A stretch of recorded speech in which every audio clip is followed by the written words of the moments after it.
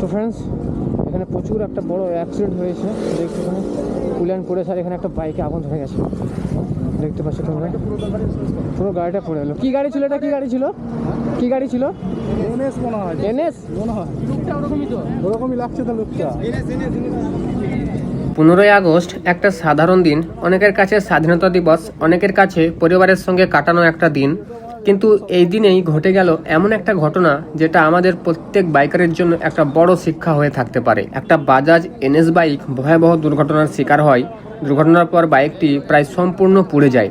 কিন্তু সবচেয়ে গুরুত্বপূর্ণ বিষয় হলো যে ছেলেটা বাইকটি চালাচ্ছিল সে বেঁচে গেছে। হ্যাঁ, বাইকটা শেষ হয়ে গেছে, কিন্তু একটা মানুষ জীবনে বেঁচে গেছে। আর একজন বাইকার হিসাবে আমার কাছে এটাই সবচেয়ে বড় কথা।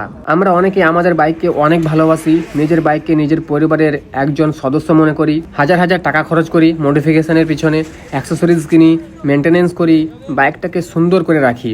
কিন্তু একটা কথা আমাদের সবসময় মনে রাখতে হবে, বাইক আবার কেনা যায় কিন্তু জীবন আবার পাওয়া যায় না। একটা মুহূর্তের ভুল, একটু বেশি স্পিড, একটু কেয়ারলেস ওভারটেকিং, অথবা রাস্তার একটা ছোট্ট ভুল, আর সেই একটা মুহূর্তই পুরো জীবন বদলে দিতে পারে। এই এনএস বাইকটি হয়তো আর কখনো রাস্তায় ফিরবে না।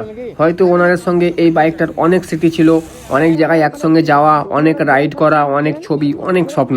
আজ সেইগুলোর একটা বড় অংশ হয়তো স্মৃতি হয়ে থেকে যাবে, কিন্তু তার থেকেও বড় ব্যাপার হলো মানুষটা বেঁচে গেছে, এটাই আসল ভিক্টোরি। আমরা বাইকাররা অনেক সময় স্পিডের ব্যাপারে একটু বেশি কনফিডেন্ট হয়ে যাই। আমরা ভাবি আমি তো কন্ট্রোল করতে পারবো, আমার রাইডিং এক্সপিরিয়েন্স আছে, এই স্পিডে আমি অনেকবার চালিয়েছি। কিন্তু রাস্তা কখনো আমাদের কনফিডেন্স অনুযায়ী চলে না।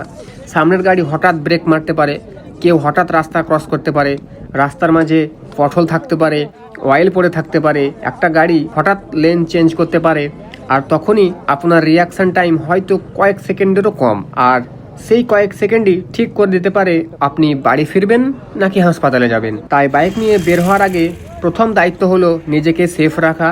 হেলমেট শুধু মাথায় পরলে হবে না, ভালো কোয়ালিটি এর প্রপারলি সার্টিফাইড হেলমেট পরতে হবে।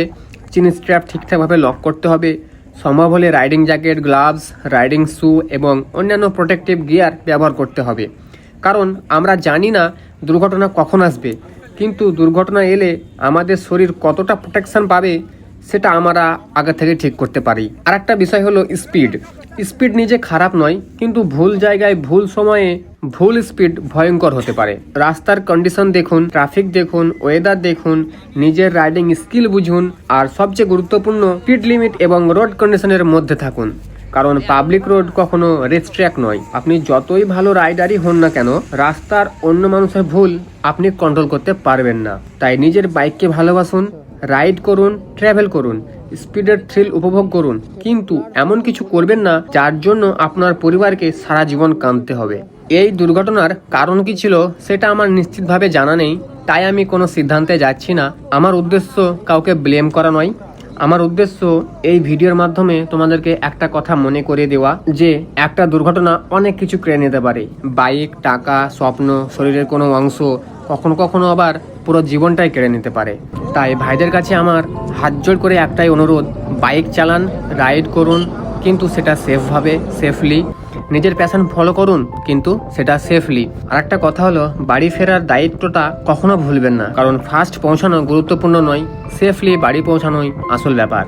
আর নিজের জন্য না হলেও যারা আপনার জন্য অপেক্ষা করে তাদের জন্য সাবধানে চালান।